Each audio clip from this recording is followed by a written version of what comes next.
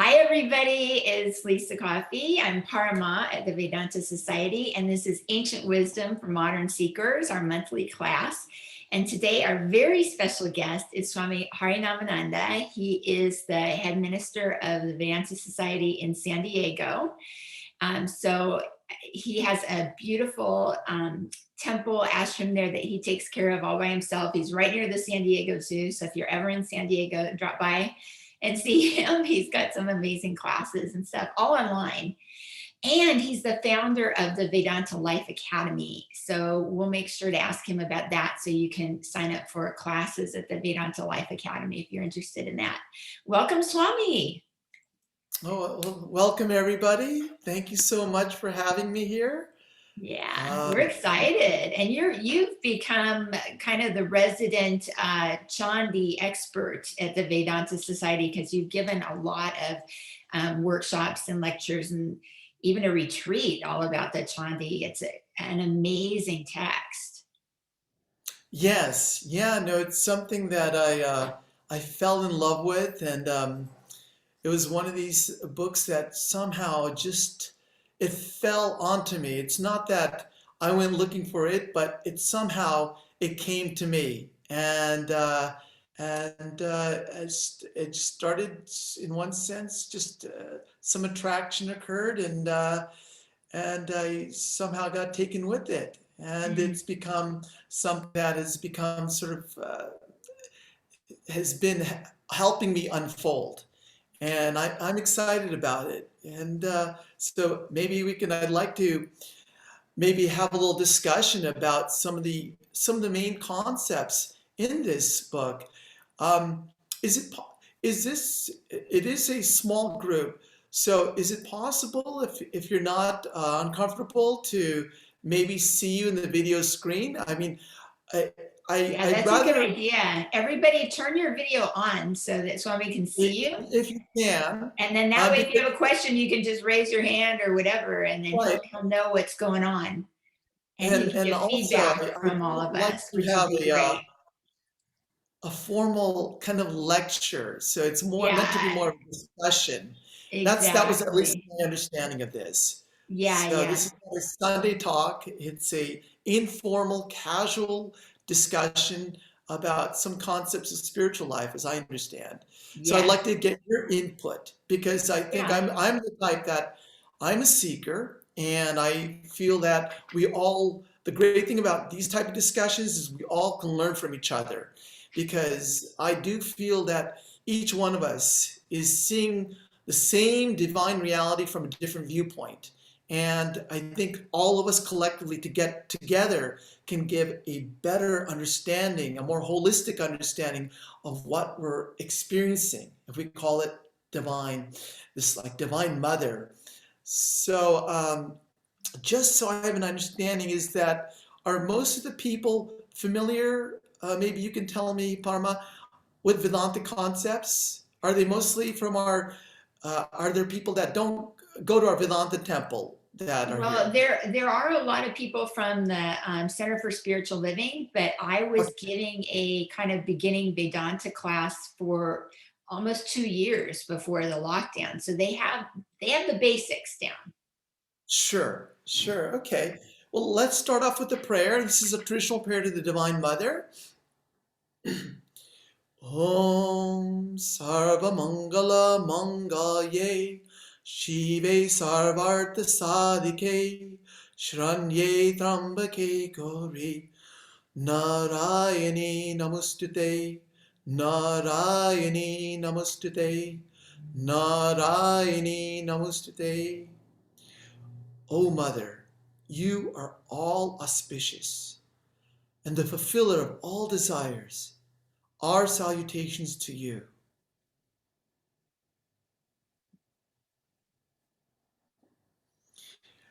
So, when we talk about this, so what I'm going to talk about today a little bit is as Parma was talking about, is this Chandi, and it is a textbook which I don't have with me. I have one right here. Oh, you have one? This Yes. is So my that's copy, so you guys are familiar with what the cover looks like.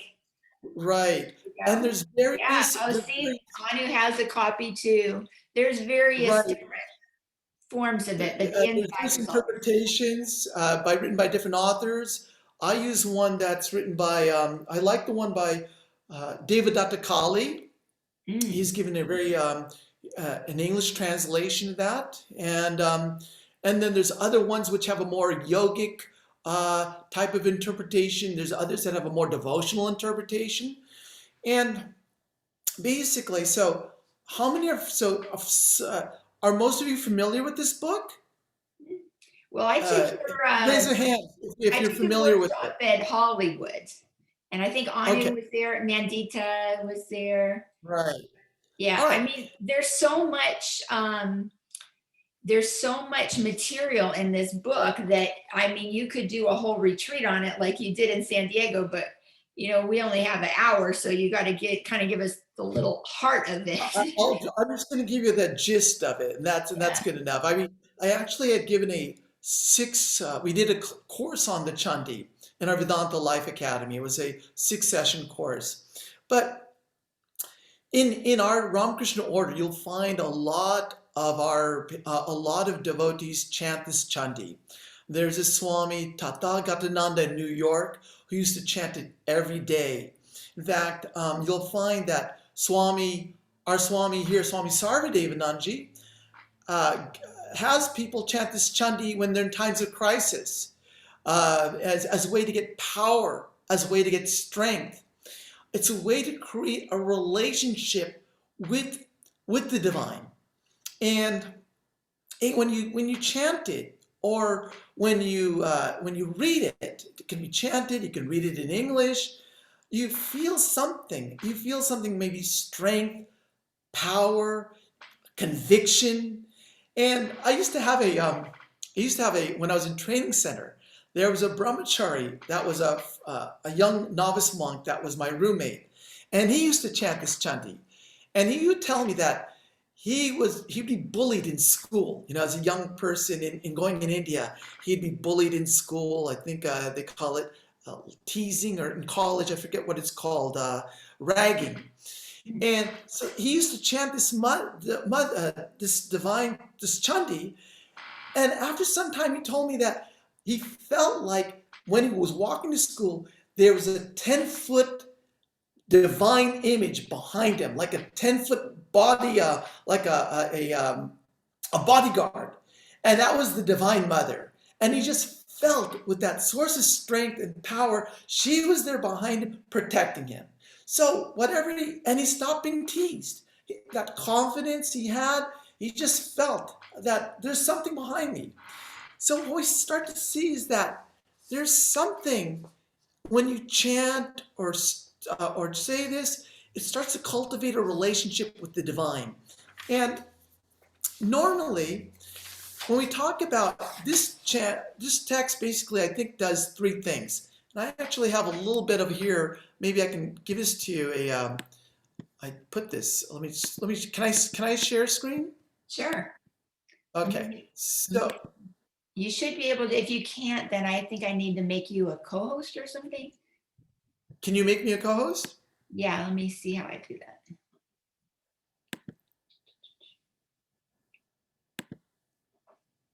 There.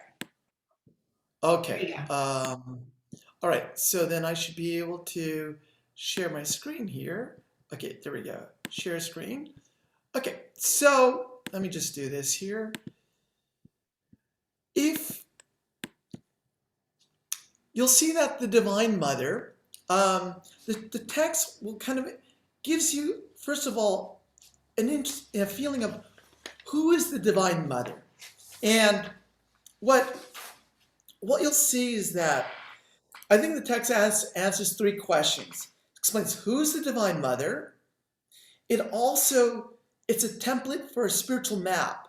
And it actually gives you kind of like a template for the soul's return journey home. And I'll explain that. And all of this is engulfed in a beautiful mythology. And this in a scripture. And this scripture, the Chandi, has 700 verses. Do you know what other famous scripture has 700 verses? Anybody? The Bhagavad Yes? Gita. Bhagavad Gita.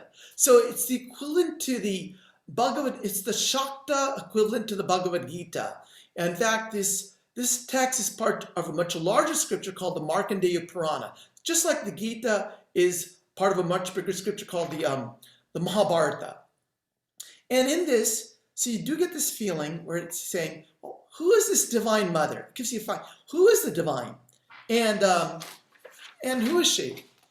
So that's the first question that maybe let's just tackle in an instant here. Can I get a feeling from you guys if I ask you, who is the divine mother to you? What would you say to me? Again, this is a group sharing process. Yes, Parma? To me, it's Sharada Devi.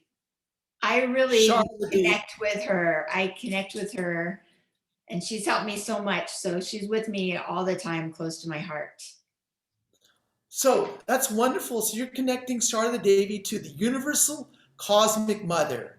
And what do you think, as the universal cosmic mother, what's the function of that divine mother? Let's just go very simply. What is her function? What does she do? She creates, sustains, and destroys. So everything. yes, so she also she provides love and encouragement, support. Anyway. Wait, so I can see you guys. She gives love, support. Anything else? Okay, so wonderful. So you're right. From her, what else? So I missed that. Somebody said something. Honest. Okay. Protection. Courage. Okay. Courage. So you can see then. Fearlessness. Yeah. So all of that comes from this one mother. So this cosmic mother, who Parma says, she creates all of us. We are made of that same essence of what she is. She creates us. She sustains us. How does she sustain us? You guys are saying with love, with food, with knowledge. She sustains us. And then eventually, she even dissolves. She brings us back to her. All right? And so you guys are all right. She's also, when you think of the divine, what do you think is the difference between what we say Brahman and Divine Mother? Because if you listen to Sarvapriyananda, we'll talk about the divine as the infinite consciousness, Brahman. So what's the difference between the two? She's actually working through the actions and expressions and experiences. So it's Very the good. power and the energy. The power and the energy. So when you think of Brahman, that is something you think of that when you remove all your sense of limitations, you are identified with that infinite consciousness. So when you think of Brahman, it is what you are in essence. It is an identity. It is a consciousness that you are identified with when you remove all your sense of limitations. That same consciousness that we call Brahman, when we think of it as one we want a relationship with, as one that we worship, as a consciousness that responds to us, that is receptive to us, we call that same consciousness the Divine Mother. So that Divine Mother is a consciousness that we can worship. It is that we can pray to, and that responds to us. So it's a responsive consciousness compared to Brahman, which is a conscious, which is that it just is. It is our true existence, but it's not a responsive consciousness. When you want to respond, when you're in times of trouble, when you need help, when Swami Vivekananda would say sometimes, when I'm hungry, when I'm sick, I'm crying to the Divine Mother, help, help, help. When I'm feeling meditative and I'm more Sattvic, then I'm feeling I'm one with it. So that same consciousness can be seen in different ways, experienced in different ways. So that Divine Mother is a consciousness that guides us, that supports us, that sustains us, that loves us. And that Divine Mother, let me go back to the sharing screen, has two aspects to her. She has what's called a loving aspect, which is known as Ambika. Get my share screen. Here we go. Okay. Which is called Ambika. And when you think of that Ambika side of the mother, sometimes we think of it, it takes the name of Tripura Sundari, Sri Vidya. She's a supportive, loving, caring, nurturing, compassionate mother that is there to support us. That same mother can also has another side called Chandika. And Chandika is from the Chandi, means ferocious. Now the question I may have for you guys, why do you think a mother would need to be ferocious? Why would she need to be fierce? To protect her children. Yes, to protect her children. So just like a lion is nurturing and loving to its cub, it is vicious to its enemies. So it is ferocious to its enemies. So when you get in the realm, the orbit of the Divine Mother, what happens is that she now wants you all to herself. When you get into that spiritual orbit, all of a sudden you start to get pulled by her love. And what happens when an object, say, gets into the pull of the gravitational field of, say, Earth, into the atmosphere of Earth, when a meteorite comes into contact and starts to come into the atmosphere, what happens? It starts to Goes to it. Huh? It brings it to it. It starts to disintegrate. It starts to get heated. When you have that meteorite coming into our atmosphere, it starts to burn up. When you start to come to the atmosphere of the Divine Mother, that Chandika side, she starts to eliminate all those distractions that come in the way between you and her. So she starts to eliminate the people, the things that distract you away from the divine. There's a doctor. I remember Swami Swahananda's doctor, our Swami before Swami Sarvadevananda, was said that, Swami, when I joined spiritual life, I thought everything would be love and bliss and I'd be experiencing joy all the time. He says, what I'm finding in myself more difficulties and more struggles. I'm finding more things, more obstructions coming. Why is that? Swami said this same thing. When you come to the gravitational pull of the mother, that heat is tapas. There's a Sanskrit word. Tapas means austerity, means heat. She starts to burn away those impurities that are preventing you from experiencing your divine nature. That's what happens, and that is her Chandika side. Eliminate all the things so you can experience your divinity. So in this Chandi, then you'll discover that the Divine Mother has these two Shaktis, these two powers, and they're called Avidya Shakti, which is the power to create this world, the power to for us to see all the various enjoyments that we experience, and to play in the world. And there's also another power called Vidya Shakti.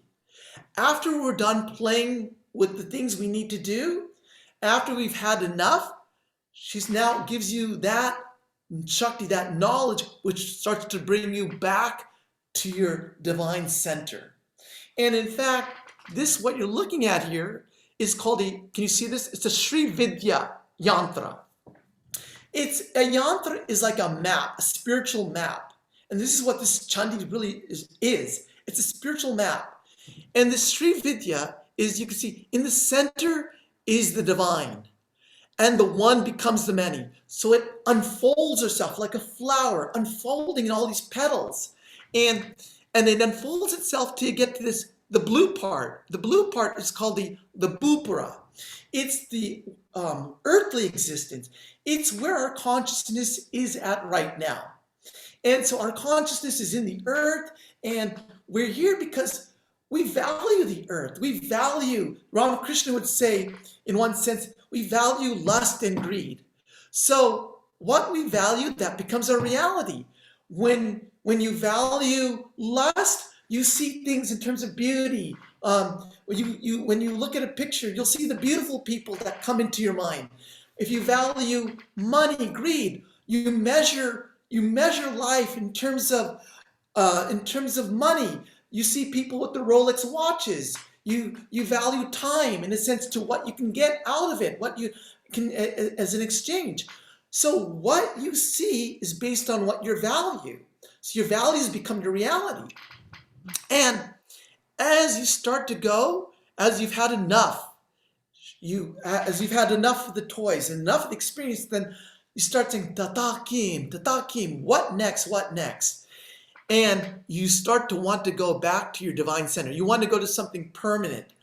And what you'll see is that see the flower petals, the red represents sort of a mental. So you have the physical level by the blue, then there's the mental level, which is the red, and then when you get to the orange with all these triangles, these are just various powers, various deities. This is more in the unconscious mind, your causal level, until you get to the center of your own being, the center of your awareness, the Divine Mother herself.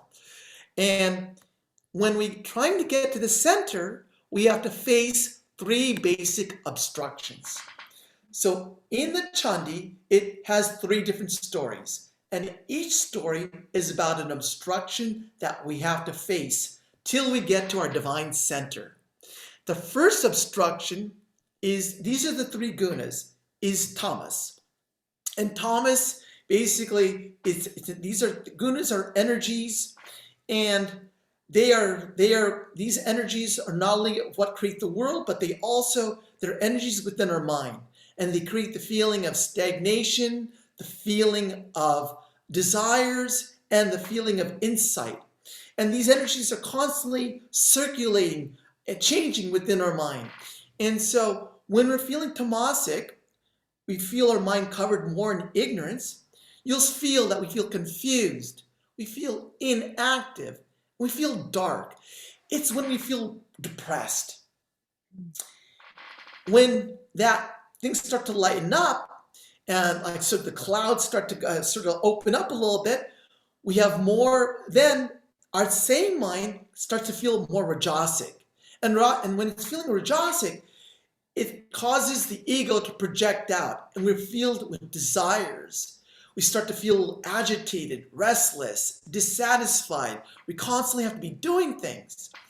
And then when that starts to sort of burn away, the mind becomes more clear, transparent. That's the feeling of sattva. Sattva means more balanced.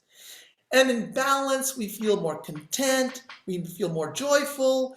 It's actually the mind is reflecting more our divinity itself, and we feel more introspective. But yet, that also is an obstruction. So what you start to find is that we see the world through these three lenses. When we're in tamas, we can see the same thing. I was giving a joke when in a monks conference, if we had a great speaker, let's say Swami Harinamananda, who most of you know, if he were to speak and people were to watch him speak, the monks that were feeling tamasic mind would feel like, oh my God, I'd never be able to speak like him. He's so great. I'll never be like that. Why even bother speaking? I'm just going to give up. If you're rajasic minded, you'd see him talking and you'd say, why does he have so many YouTube hits? I can get that many hits. What makes him so special? I should be just as great. And if your mind has more sattvic, you start to listen to his talk and you get more insights. You start to get more clarity and you feel, wow, this is such a great talk. I love it. So these are basically, in essence, the threefold sort of like obstructions till we get to our true divine nature. And that is what the Chandi talks about in these mythological stories. And in short, our time is running short. What I'm going to do now is I'm going to take you on a journey of this Chandi very quickly. And I'm going to use the help of Joseph Campbell, called, for many of you probably know Joseph Campbell. He's basically had collected all these mythologies, looked at all the mythologies in the world, and condensed them into the hero's journey. And this hero's journey has 4 parts. There is the part of separation, where you get separated, the hero gets separated from his home, or you become separated from your divine center, and then you descend. And you descend into the unknown aspect of this unknown world, the unknown mind, and you come across all the obstructions that you have to face before you return home. And then when you return home, you come back in a more transformed way, with a new knowledge. And so this, in essence, is what this Chandi is about. And really briefly, let me just kind of like, if I can do this here, I'll play this for you. Okay, so we start off with, and basically there are, the Chandi starts off with 3 characters. There's these 2 characters, a king, his name is Suratha, and a merchant. His name is Samadhi. And they both basically have been separated from their kingdom, Suratha the king, and merchant Samadhi has been betrayed by his family. So they end up leaving their kingdom and family, and they end up in a forest, contemplating what happened in their life. And so in this forest, in this feeling of suffering, they come across a sage, and the sage's name is Mavis. And Mavis actually means, let me see if I have this here. Mavis means, he's a mentor. It really means an awakened mind. So because of some crisis, something's happened, we've retreated. And we've retreated now, and in this bewildered state of mind, something happens within us. An awakening occurs. Here it could be awakening, meeting a guru. A guru literally means removing darkness and giving us light, or a mentor, or an awakening within our own mind. And this Mavis tells them, they tell them about their problems, the suffering that they're going through. And Mavis basically tells them that your suffering ultimately is due not to your wife or to your loss of your kingdom, but it's really due to the Mahamaya, to this divine mother. And then they wonder, well, who is this divine mother and why is she creating this suffering? And then Mavis says, basically, I'm going to show you who the divine mother is. And when you get down to it, symbolically, Suratha really means our body. It's a good chariot. Samadhi means our mind.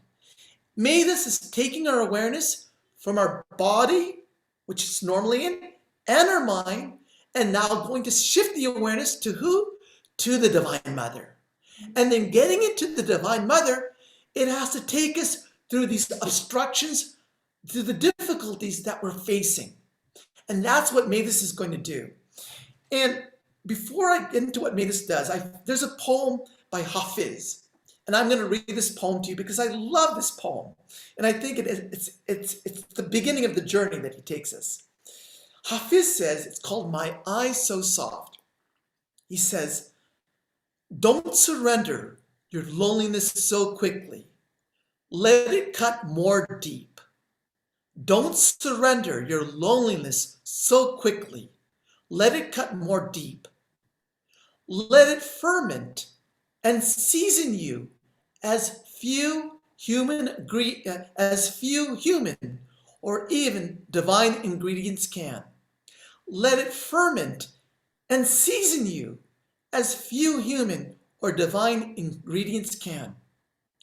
Something missing in my heart tonight has made my eyes so soft, my voice so tender, and my need for God absolutely clear. What Hafiz is saying and what Mavis is going to do is telling him, let's not superficially cover up your pain and suffering. Because we could cover it up. The merchant who was betrayed by his family and wife, he could have told them, well, just go to the bachelor show and get another wife or get another kingdom. But he doesn't do that. He doesn't want to put a superficial band-aid on the pain that they're experiencing right now. He wants to take them to the source of the pain so that they can find an ultimate solution.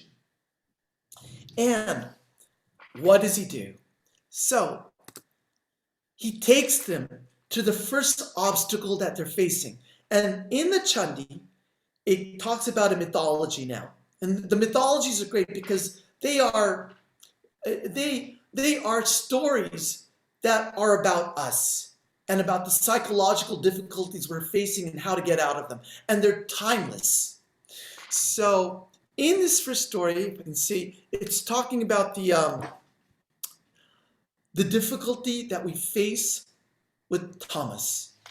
And in short, he gives a story about these two demons, Madhu and Kaitaba. And he talks about these two demons that want darkness to remain. We're experiencing what's called pralaya. It's in between the universe is being made, and before it's made, there's a period of inactivity. And in that period of inactivity, it's darkness. So, out of darkness, Brahma is coming out. And I think I actually have this here. I'll just share this story for you right here. In fact, we'll just use this. You'll see here. There's a mythology. Vishnu is the god here. Brahma is coming out of the navel of Vishnu. And Brahma wants to project out the universe. It's time for creation to occur. What happens is two demons, Madhu and Kaitaba, come out of Vishnu's ear. Madhu and Kaitaba represents the inertic force to keep us in darkness. Madhu literally means honey. It means the sweetness of being in ignorance. And Kaitaba, another demon, means bee. It's an insect from Ketu, means bee. It's the honeybee. The honeybee, the bee that the critical voice is always buzzing in us. It's telling us we're not good, we're not worthy. Don't even try. Remain in darkness. So what these two demons want to do is they want to kill Brahma, who wants to project out light, who wants to project out the universe.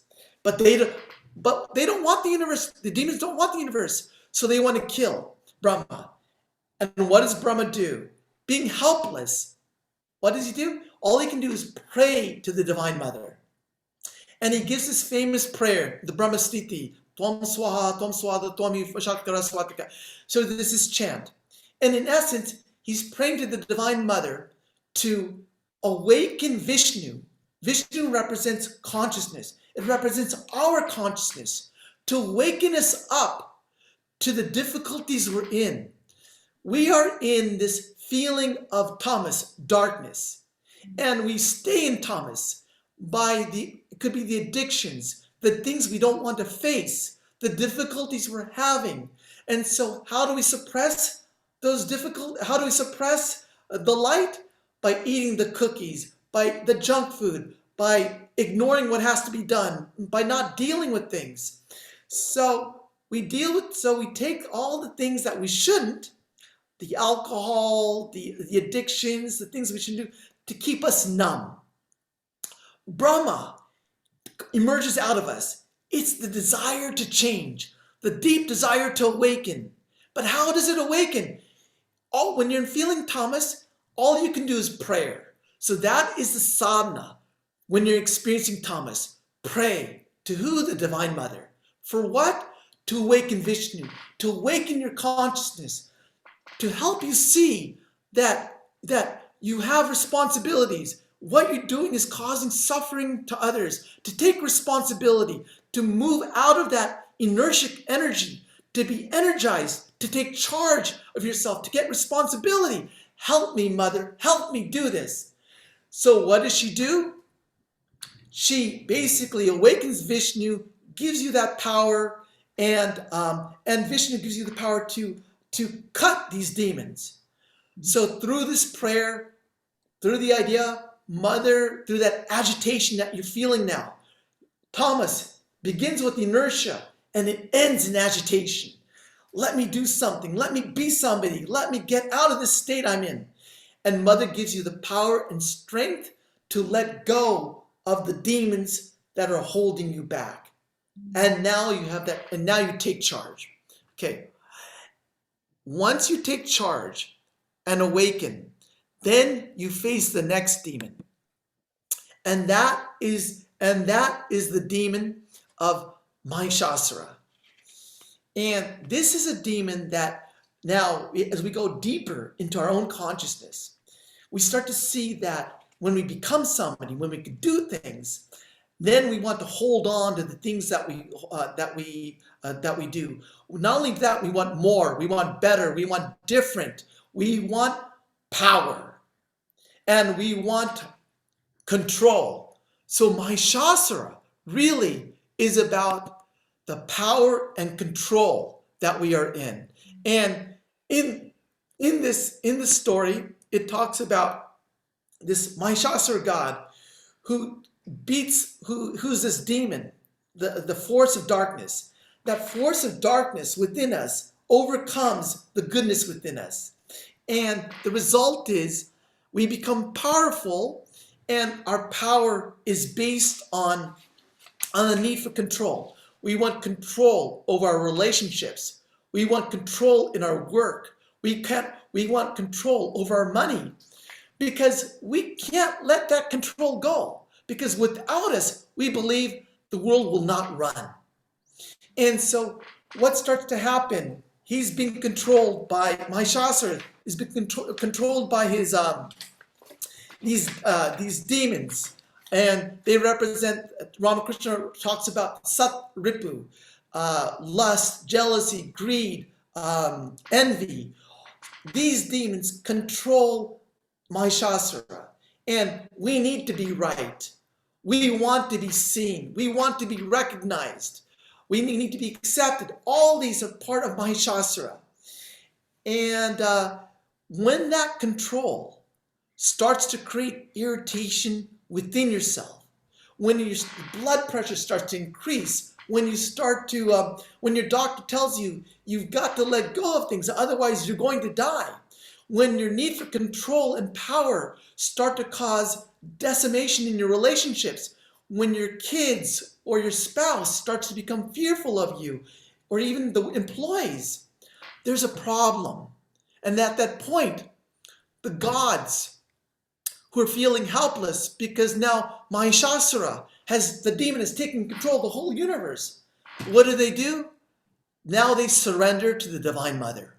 So in this practice, what you find is that when that feeling of control, agitation, the need for power start to cause imbalances in your life, the sadhana for that practice is letting go. So the gods surrender themselves to the Divine Mother, and the Divine Mother awakens within them. And what happens then is that need for control doesn't let go so quickly, because Mahishasura has this ability to change forms. So just when you think you have him in one form, he changes into another form. And we see that in the Chandi, as he takes all these shapes and forms. So the idea here is that, you'll see, when the Divine Mother awakens within us, the truth of who we are, we know what we should be doing, but because of the need for power and control, we can't let ourselves go. We can't let it go. So the Divine Mother comes and faces us, and then the demon has all these forms, and these forms are symbolic of what we are. First, the form of buffalo. The buffalo is one who's, I'm just going to quickly go through this, is one who is covered in mud, denies the truth of what we should really be doing. The mother is the truth, confronts us. You know what you're doing is wrong.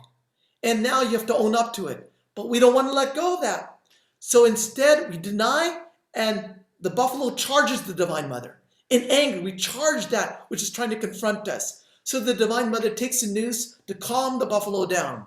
The significance is that through love, we start to control that angry side of us. Then the Mahishasura comes into a different form. So if you tell me this, another aspect of my ego shifts, another face of my ego comes out, and that's the shape of a lion. And the lion represents dharma. In this case, it represents false dharma.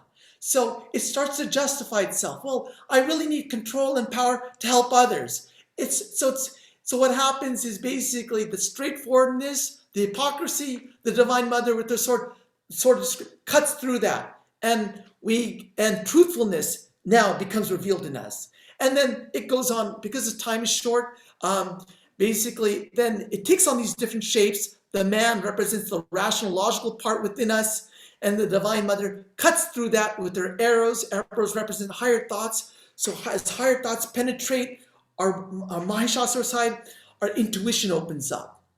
And then the elephant here is pride, and the Divine Mind cuts through that, and humility opens up within us. And then we find that, then we start to regress back to childish behaviors, and then the Divine Mother cuts through that. Maturation opens up until the demon, in the last part of the story, the demon is faced where the Divine Mother has her foot on the neck of the demon. And then Mahishasura is looking up at the Divine Mother. And in that sense, he can no longer change shapes. He can no longer, you get to the root of who he is. When you get to the source of the original wounding, the original problem, and that's why you've been covering all this up. It's like an oyster. You've covered up all the original, the problem was covered up by all, you've been masking it. All the masks have been uncovered. You get to the source, the heart of the problem. Now the demon, in its complete surrender, looks up at the Divine Mother and recognizes, oh my God, you am I, and I am you. And the Divine Mother, looking down at the demon with eyes of love, kills the demon. And ignorance is removed and knowledge is there. So that is the Rajasic ego being demolished within us. And the sadhana is surrender. When this happens, then the gods sing these praises to the Divine Mother. These praises represents the gifts that we get when the Divine Mother annihilates our Rajasic ego. So the gift of intuition, the gift of there's all these in the hymn. There's all these things. You get intuition, you get fearfulness, you become more introspective. So all these gifts that a sattvic person has, those are the gifts that you obtain. Now, with our last remaining time, what happens? There's still another obstacle that remains between you and the Divine Mother. And that is the obstacle of sattva. And sattva is something that we use in the course to help us become more spiritual. But then sattva itself also has to be let go. In the analogy, Ramakrishna uses the three robbers, where just ultimately that which brought you here also has to be let go.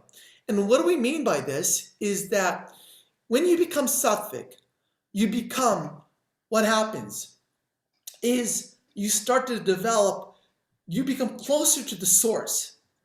Your ego has now, the tamas has been gone, the rajas has been demolished, and now your ego becomes like a mirror, and it can reflect the light of the Atman, the light of the divine.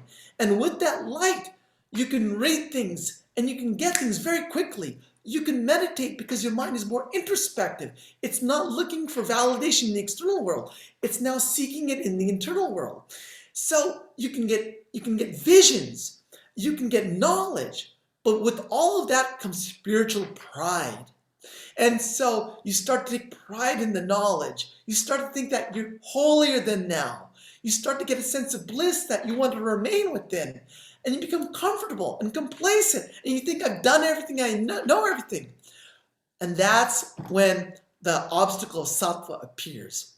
And it becomes what's called spiritual materialism, where spiritual things become a way of enhancing your own ego.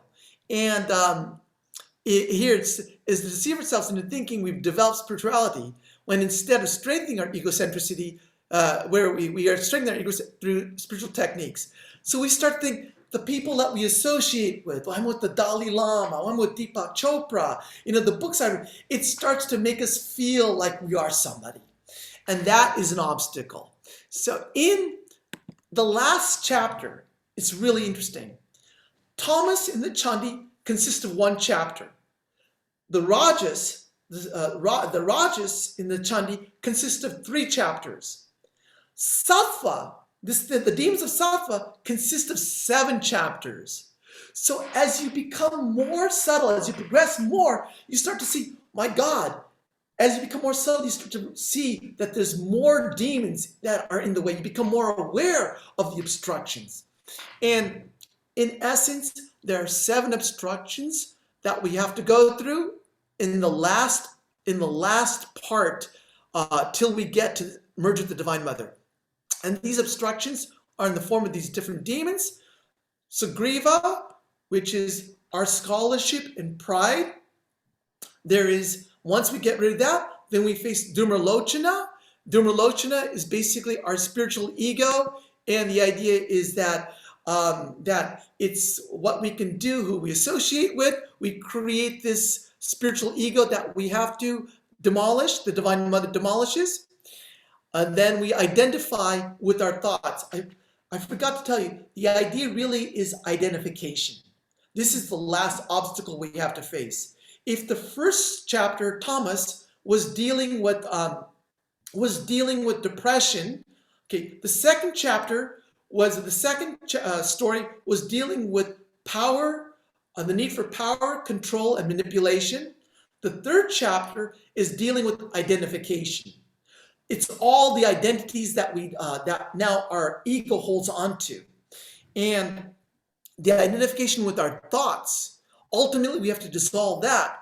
Then we get to the heart of the ego itself. And these are the 2 main demons in this last section, called Shumba and Nishumba. And they are brothers. Shumba literally means I. Shumba means that which shines. It is the ego which shines in the light of the Atman, and it creates a sense of I. And that I has a brother. The brother's name is Nishumba, and Nishumba means clinging, minus, I-ness, minus. And it is what the power that it identifies, so that clinging is what it clings to. So it clings to our thoughts. It clings to our identity, our ego, our scholarship, all the things that it clings to. That is what we have to let go. And in this story, you're disidentifying. So the sadhana in the third story is disidentification or witness consciousness. Because at this point, you now really can be the true witness. So you start to then, the third story, so then we get to disidentifying your thoughts, disidentifying even with your identity. What do we mean by this? Well, at the end, the Divine Mother is battling Shumba and Nishumba. There's actual physical battles that are occurring. And she punches Nishumba. And before Nishumba is going to die, what does he do? He sprouts 10,000 arms. And he says, do you know who I am? Before we die, we start to cling to everything we've done, all the identities in this lifetime and previous lifetimes. And you'll see that if you ever go to an old age home. I had a friend who was telling me, she's a PT. She's telling me that it's interesting, as you get older, the body gets weaker, the mind gets weaker, but the ego grows stronger. And if you're like a physical therapist or occupation, when you try to help people, these people, they come in and they tell you that, do you know who I am? I was a CEO at a company. Of course I can walk. I can do this. We keep holding on to the things that we had done previously because our ego won't let that go. And it becomes stronger and stronger. And so it's hard for us to let go of that. So there's this constant struggle, this battle, that even simple things as walking, getting out of the bed, become a struggle, but we don't want to admit to that because we were presidents of a company. I was great. And that's the identity I hold on to. Ultimately, that identity has to be let go of. And so Nishumba ultimately dies, and then the Divine Mother now faces the ego itself. And in this experience, Ramana Maharishi, a great saint, talks about in the deepest meditation, when you've let go of everything, then it's the pulsation, just I remains. I, without any sense of identification. But it is still the ego, the limited ego. That has to be eliminated. So what happens in the battle now between Shumba and the Divine Mother? As soon as the Divine Mother hits, as soon as Shumba hits the Divine Mother hits him right back. And it's immediate karma. Whatever you do, you find you're doing it to yourself. And I forgot to tell, in this last statement, Shumba says to the Divine Mother, Mother, you've defeated all my warriors, but you haven't fought a fair fight.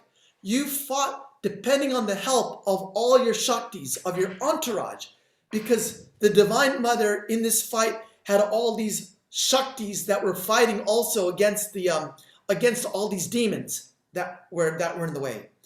So the Divine Mother says, look here, behold, and watch. All the demons all the Devis that were fighting on her behalf become reabsorbed into her. The world dissolves back into her, and all that's left is just the feeling of I and the divine. That's all that's left. And now what does Shuma do? He grabs a hold of the Divine Mother because he can no longer has any more strength, and he jumps into the air, and he goes higher and higher and higher until what duality is meeting non-duality, till you get into the primal sense of ignorance, jnana, and getting further, the duality is dissolving. The Divine Mother at the highest level, before we meet into the Bhavamukha, before duality disappears into the non-dual state, the Divine Mother takes the ego, Shumba, and throws him down to earth. And you hear a thud. And Shumba is destroyed, killed. And order is restored. This is the experience of the ego disintegrating, where Vivekananda talks about all of a sudden the world starts to disappear when he was touched by Sri Ramakrishna. The walls disappear. Everything around you is being sucked up as he's almost into a void. And at that point, if you're not ready for it, as Swami Vivekananda wasn't as a young boy, Naren, we said, wait a minute, I have my father and my mother. Whatever attachments you have, that will bring you back. So the idea is to prepare ourselves and letting go, so that the transition can be easier, so we can dissolve into our infinite true nature and experience who we really are.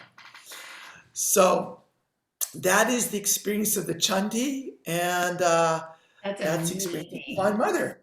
That's like a drama, it's amazing how it all works. And I was thinking when you were saying each step, so what are the action steps we can take for each third of this story? So the first one with Thomas might be go to mother, right? The first step, just pray to mother, turn to mother, whatever it is, to help get us out of that Thomas, that depression, that laziness, or whatever it is. Go to mother. And then the second for Rajasic is to surrender to mother, to know that we're not the one doing anyway. We think we're the workaholic, we think we're the action maker, making it all happen. But the truth is we have no control anyway. It's all working through us, right? Exactly. She's running the show. Exactly. She's running the show. And then the third, and I don't know if this is putting it the right way, maybe you can help me more, is more to let go of the I, let go of our little identity. Yeah, letting go, detaching, and just being the witness and seeing that it's all mother's play. In the beginning, when Sri Ramakrishna was asked he was asked, this is in the Gospel of Ramakrishna, where there's a disciple, Nanda, says to Sri Ramakrishna, why has she assumed all the different forms? Why are some wise and some ignorant? And then Sri Ramakrishna says, it's because of her sweet will. And then Nanda said, it may be her sweet will, but it's suffering for us. It's suffering for us. And then what does Ramakrishna say? Ramakrishna said, but who are you? Who are you? Ultimately, it's discovered that when you surrender, you are that divine mother. You are that divinity itself. All of this was happening within you. It was a play within you.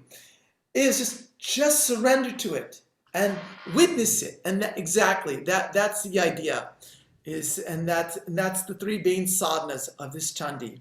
And so many times I think when things are going well with us, we don't think of God. We're just happy and going our lucky way and skipping along and blah, blah, blah. But in times of suffering, we turn to God, you know. Right. I remember my dad passed last year, but when he had dementia, but he, when he was in his faculties and everything, I would ask him, Dad, do you believe in God? And he thought about it and he goes, only in emergencies. Yeah. And I think that's the attitude of so many people. It's like, well, when it's convenient, when I need God, sure, I'll call on God. But otherwise, why do I need God, Right. But that's the beauty of Mother. See, and when you look at it, Holy Mother's point of view, so from her point of view, she's go play, have fun. She would tell even like she made statements like, oh, if Ramakrishna would be like telling about oh, my boys, they shouldn't eat so much at night. And Mother's like, no, let them eat, let them enjoy. I'll take care of them. So Mother wants us to go out, enjoy, experience, because the turning has to come from within. There has to be a shifting, from a genuine shifting. It's hard for some of us think, why can't my kids be spiritual? Why can't, the people I love be spiritual? Everybody has their own time.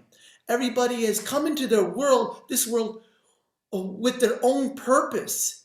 And that has to be experienced before the turning comes through. I'll add another point, that sometimes when we look at when I look at the Tamas, and I was looking at it from the point of view, from Madhukaitapa's point, from the demon's point of view, from what is the need that's lacking? There's a need that's not being fulfilled. And so when you're tamasic, you'll find the need that's not being met is you find connection. You're not being understood. You're not connecting. There's the need for the need for being valued. We want to be seen, and what we're doing is we're sort of like we're doing these tamasic acts as sort of like as a rebellion, because we're not being heard or seen or valued. So when we're seen by the Divine Mother, ultimately, then we feel valued. We feel recognized, because that's part of our intrinsic nature. In the divine itself, when it is self-recognition, when it recognizes it's glorious, it's beautiful, it's all-pervading. It is inconceivable. There are certain needs, even Mahishasura. When I think about why he's acting out from a sense of control, power, he's only wants security. I told this that when I was doing this, there's this singer, Freddie Mercury, who reminded me of Mahishasura from the point of view, he got himself entrapped in all these difficulties, but he wanted to be set free. So we get entrapped in these things, and we feel the difficulty of the power and need control, but we urge to be free. It's our need for security. And where can we find security? Ultimately in Mother herself. So, and the last one is even sattva. What's the basic need that's not being met? It's our need for identity. I have to define myself. Especially as I understand, when you get older, how sometimes the need to be, that as a CEO, as you feel useless as you get older, the kids no longer need you. You find that the company that you're running doesn't need you, and then you start to feel more alone. And who am I? That question comes up. Who am I? So the Divine Mother can fill that need also by defining who you are. So I think she's the fulfiller of all needs, and that is the beauty. And here's another clue that I discovered.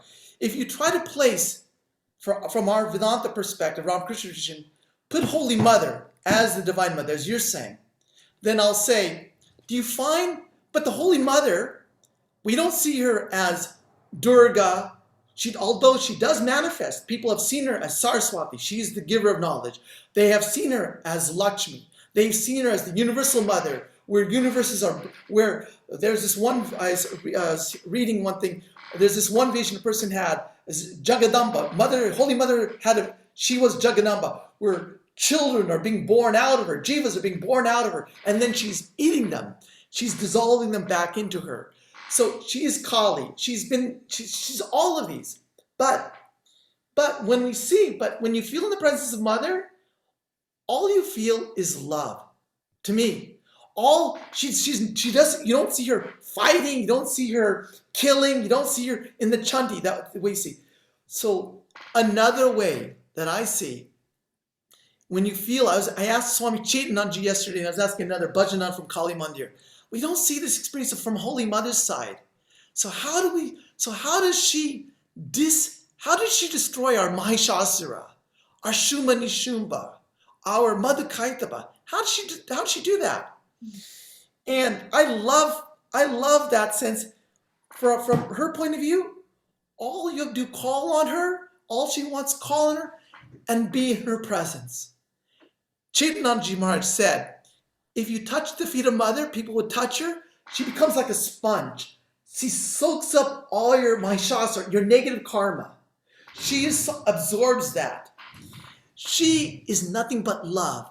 It gives nothing but love. She's the human mother embodied in unconditional love. So being in her presence, she's giving you love, love, love. Love will fulfill your need and dissolve Madhukaitaba. Love will give you the value of being worthy and dissolve Mahishasura. Love will give you and dissolve the need for identity, your Shuman. Love is all you need. All you need is love. So anyways. And love is all there is. That's all there is. Beautiful, Oh my gosh, that's so beautiful. Thank you so much. And I know, Right. we can feel Thank you so much. Mother's love. When we turn to her, when we surrender her, we feel Mother's love, and that brings us so much joy, and that's what we really want in life anyway, right? Thank you. Thank you. Okay, so Thank you, Swami. Jai